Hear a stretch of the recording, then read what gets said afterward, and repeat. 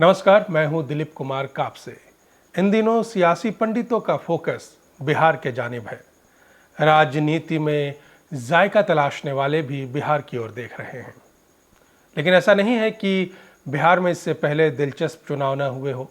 1967 का जो चुनाव है वो मुझे याद आता है कि उस वक्त कांग्रेस का जो एक छत्र राज था वो ख़त्म हुआ था। 2010 के चुनाव की भी बात हम करते हैं, जब नीतीश जो है वो अपनी सत्ता बचाने में कामयाब रहे थे।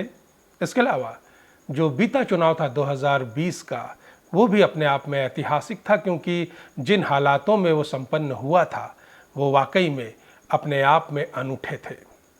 तो आज इस वीडियो में हम जानेंगे कि 2025 का ये जो चुनाव है ये क्यों इतना दिलचस्पी बनाए हुए है।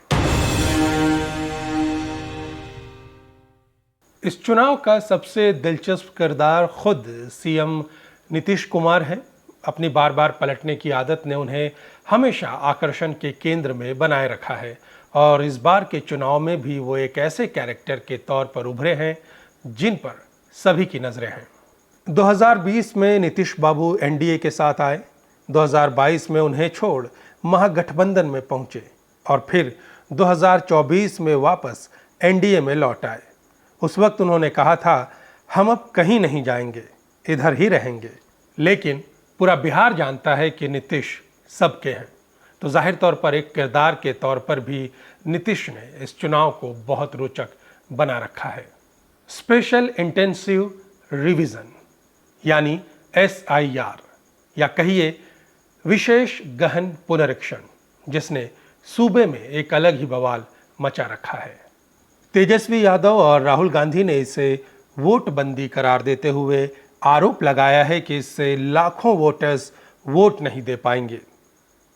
पूरे देश में इसे लेकर चर्चा है।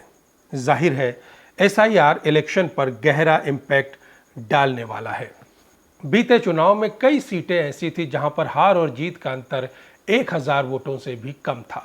ऐसे में SIR के बाद जो भी वोटर लिस्ट में बदलाव होंगे या हुए हैं, उससे इसके नतीजों पर असर पड़ेगा। रोजगार और पलायन दशकों से बिहार के अहम मुद्दे रहे हैं। इस बार भी इलेक्शन में 60% से ज्यादा आबादी युवाओं की है। इतना बड़ा नंबर उन्हें ताकतवर बनाने के साथ साथ निर्णायक भी बनाती है। 4 करोड़ से ऊपर की ये युवा आबादी इस चुनाव में निर्णायक होने वाली है। इसलिए नीतीश ने 2025 से 2030 के बीच 1 करोड़ नौकरियां देने का वादा किया है। तेजस्वी भी रोजगार को मुद्दा बनाए हुए हैं। इस चुनाव में बिहार कुछ नए खिलाड़ियों को भी देखेगा।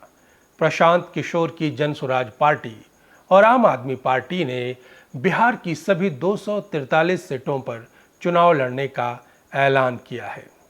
JDU, बीजेपी, RJD और कांग्रेस के साथ साथ ये 2 नए प्लेयर्स मुकाबले को इंटरेस्टिंग बना सकते हैं। प्रशांत किशोर यहाँ 40 महिला कैंडिडेट उतार सकते हैं।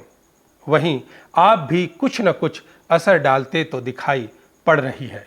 बिहार में जातिगत जनगणना और आरक्षण हमेशा से अहम मुद्दे रहे हैं। इस दफा नीतीश कुमार ने महिलाओं के लिए 35% आरक्षण का ऐलान किया। इसके बाद महिलाओं की एक बड़ी तादाद उनकी तरफ देख रही है। नीतीश की प्रगति यात्रा, मुफ्त बिजली और बुनियादी ढांचों में विकास की बात पर लोग उन्हें गौर से देखते रहे हैं। जंगल राज बनाम सुशासन का नैरेटिव लंबे वक्त तक नीतीश बाबू के साथ रहा है, लेकिन इस बार कथित तौर पर उनकी खराब होती तबीयत ने उनके हिमायतियों को भी चिंता में डाल दिया है। और आखिर में बिहार के नतीजों का असर कहीं न कहीं केंद्र सरकार की स्थिरता पर भी पड़ सकता है।